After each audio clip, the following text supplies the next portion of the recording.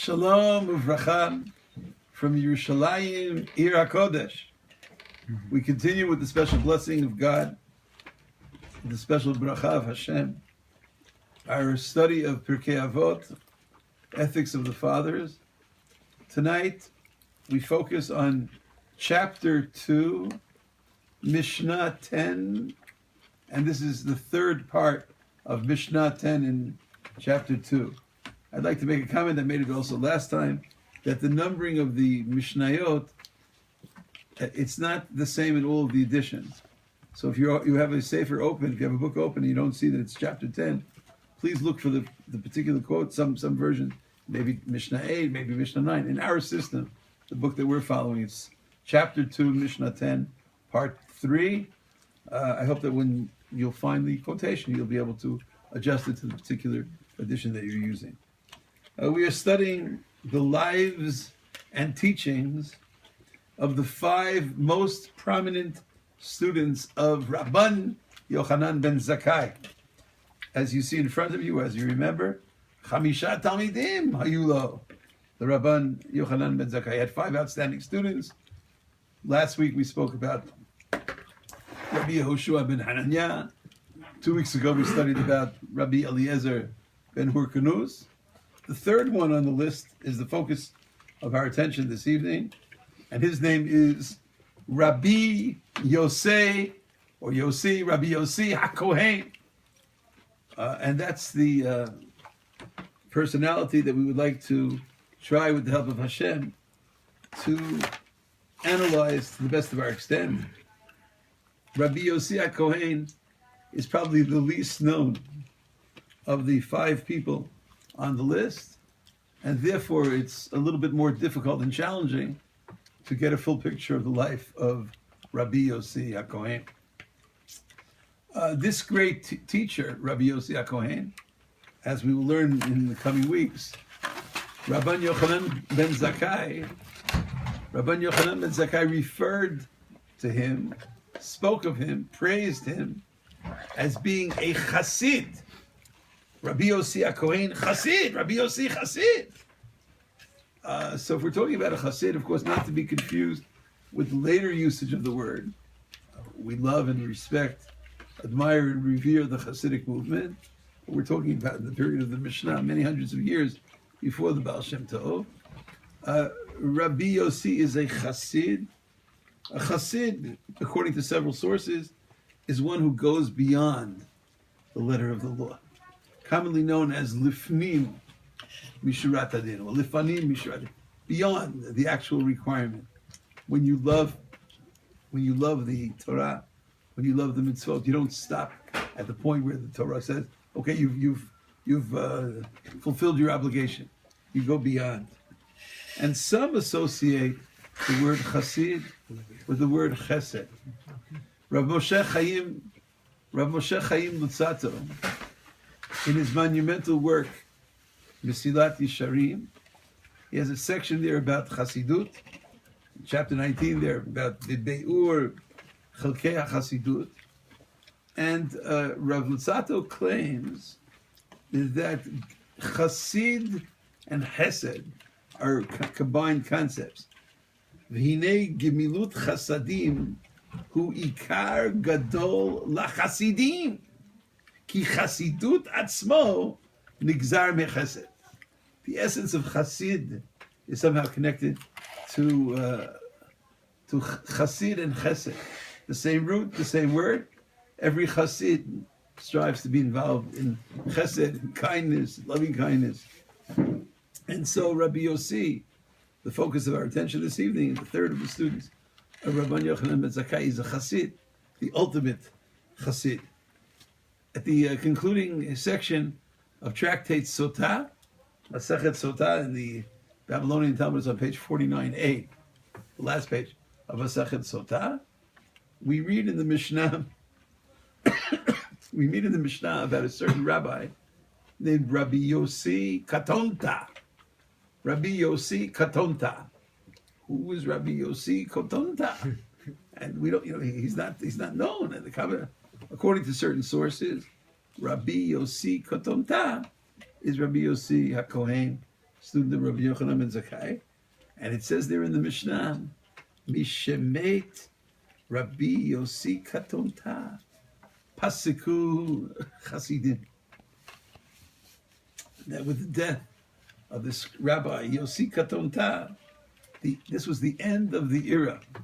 This was the end of the period of Chasidim. Who was Rabbi Yossi Katonta? According to some, Rabbi Yossi HaKohen, student of Rabbi Yochanan ben Zakkai. He was a Chassid. As we will learn, Rabbi Yochanan ben Zakkai praised him as being a Chassid when he passed away.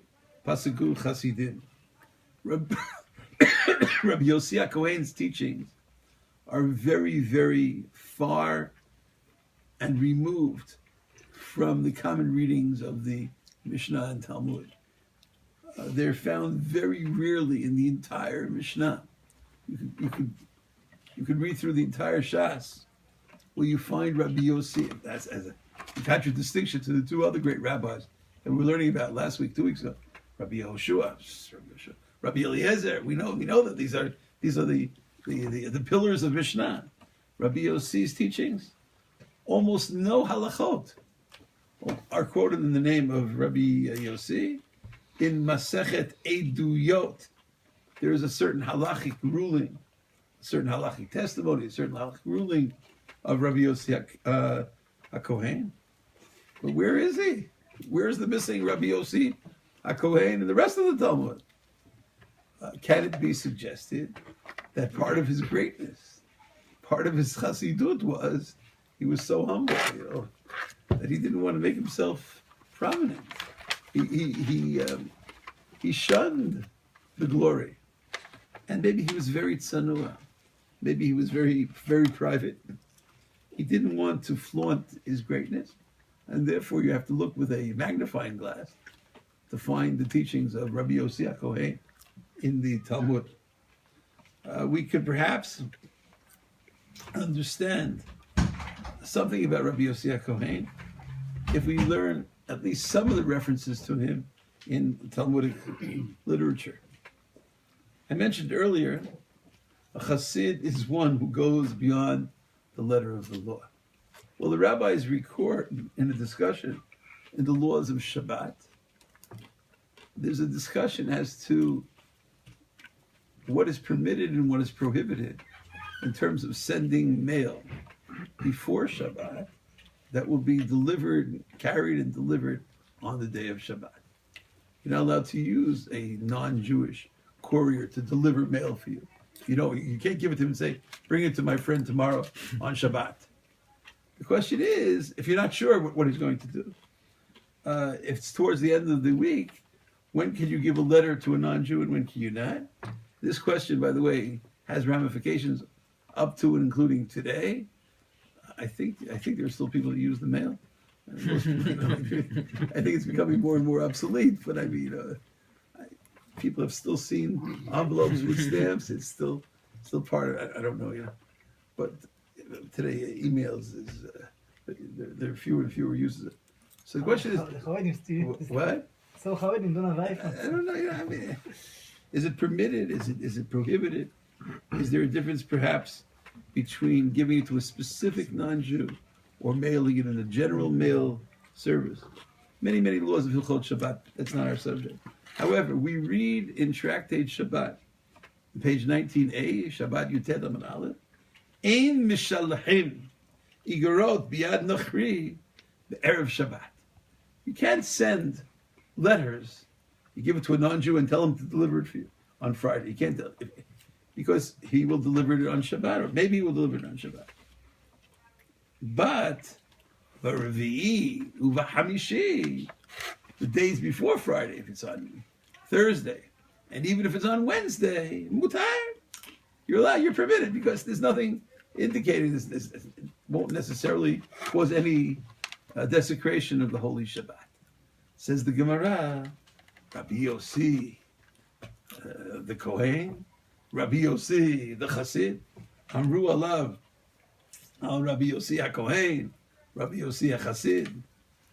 In the version of the Gemara cited by Rabbeinu Hananel, he's called Rabbi Yossi HaKohen HaChassid, In many printings of the Gemara, it's Rabbi Yossi HaKohen, and some say Rabbi Yossi HaChassid, or Rabbi Yossi HaKohen and Rabbi Yossi HaChassid. Rabbi Yochanan has it as a joint teaching. Rabbi Yossi HaKohen HaChassid, Amru Alav, Shelo Nimtza Ktav Yado, Biyad Nochri, Me'olam.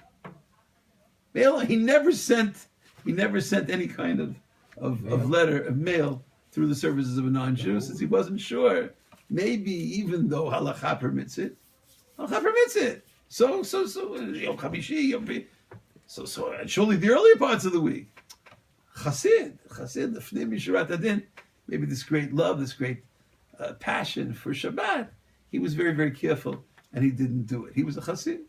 He was loving Shabbat to such an extent that even where the halakha permitted it, he went beyond. And even though the teaching is explicitly clear that Revi'i and Chamishi, Wednesday and Thursday, is permitted, Me'olam. Amru Alav Rabbi Yossi HaKohen Chassid, he never had anything that he wrote delivered through a Gentile ever. We find in the Gemara a discussion with Rabbi Yossi HaKohen where a certain Gioret named Beluria asks Rabban Gamliel the following question. She says, it's found in Rosh Hashanah, Tractate Rosh Hashanah 17a. Sha'ala Beluria Gioret at Rabban Gamliel. There seems to be some kind of contradictory term. The question is this a question that she asked before she converted? After she converted? On her stage to conversion? There's a discussion about this in the commentary. So she asks him, it says, Ketiv b'Toratchem.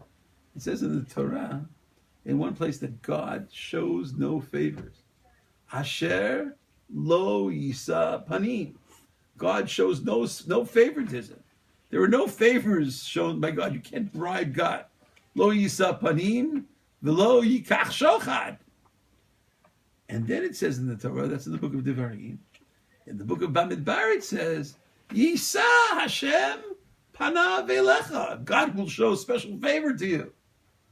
Well, God will show special favor to you, but it says God does not show any special favor to anyone. Lo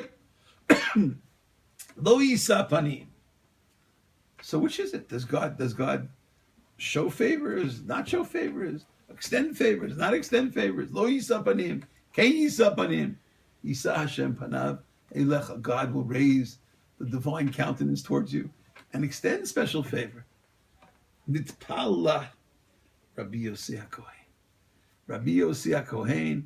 Sorry, the question was posed to Rabban Gamliel. Nitpala Rabbi Yossi HaKohen.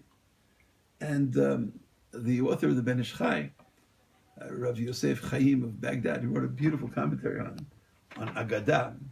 It's called the Ben Yehoyada.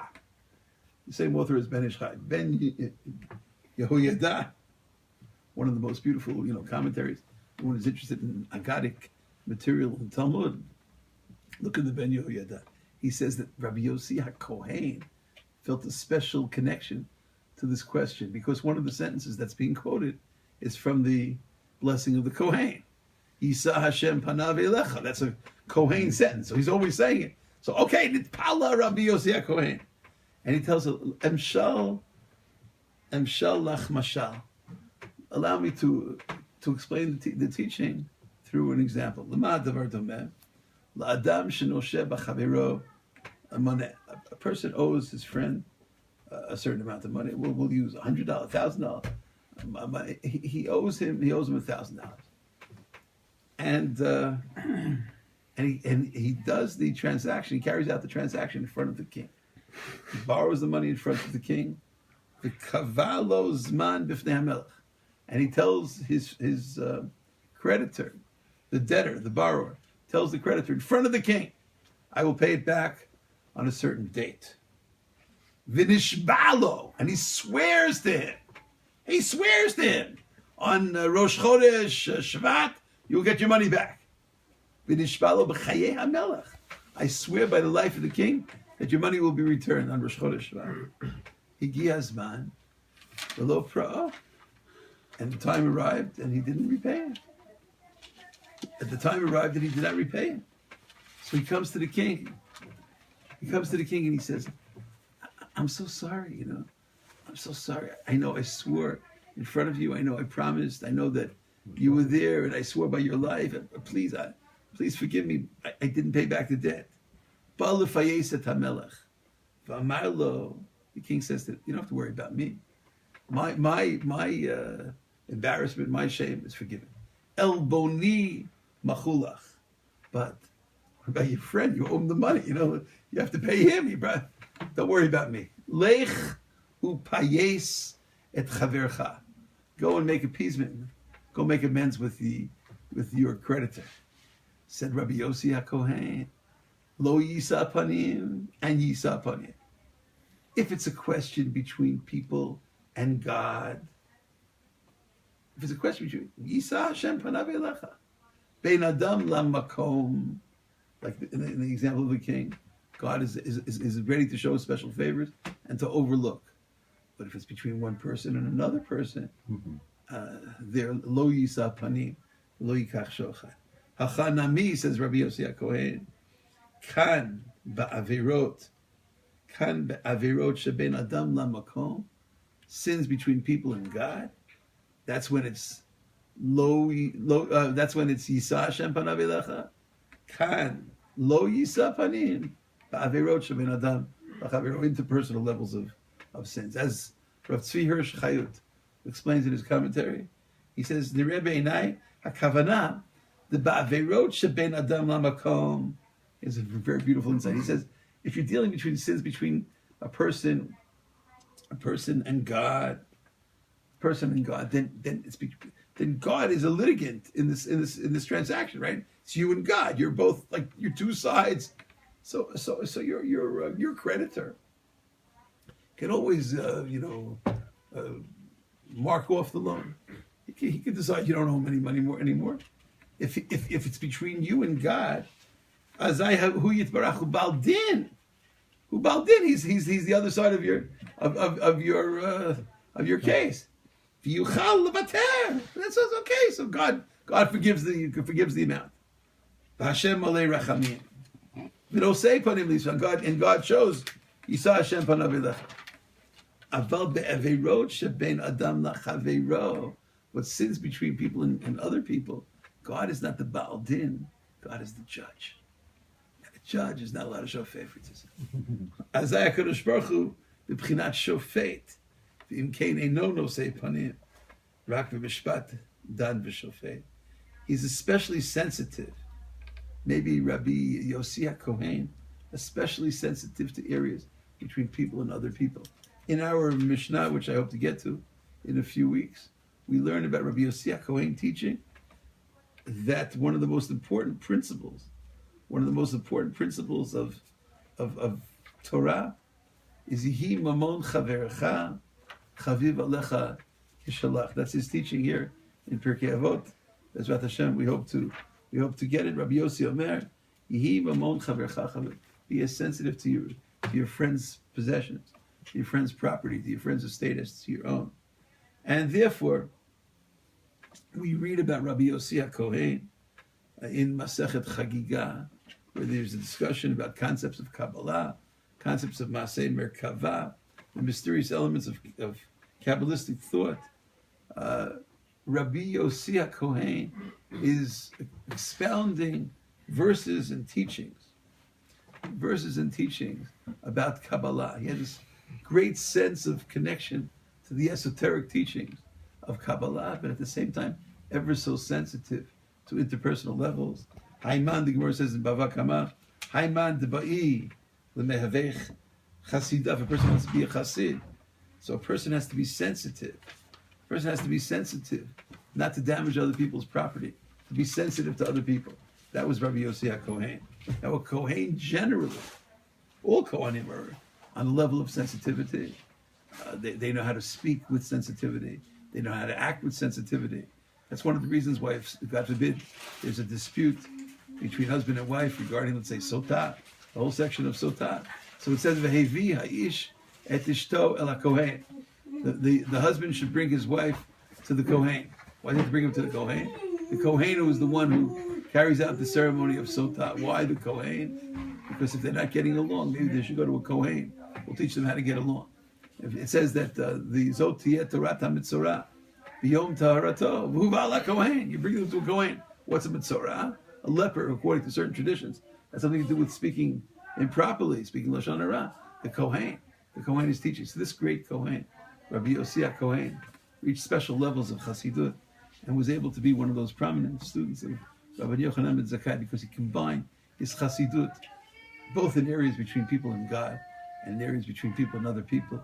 May we learn the great teachings of Rabbi Yossi Kohen. May we appreciate his Chassidut and his Kahuna and his great traditions that we have to carefully examine and look for as we continue to study the great work of Pirkei Avot. Thank you so much for listening. Shalom Bracha.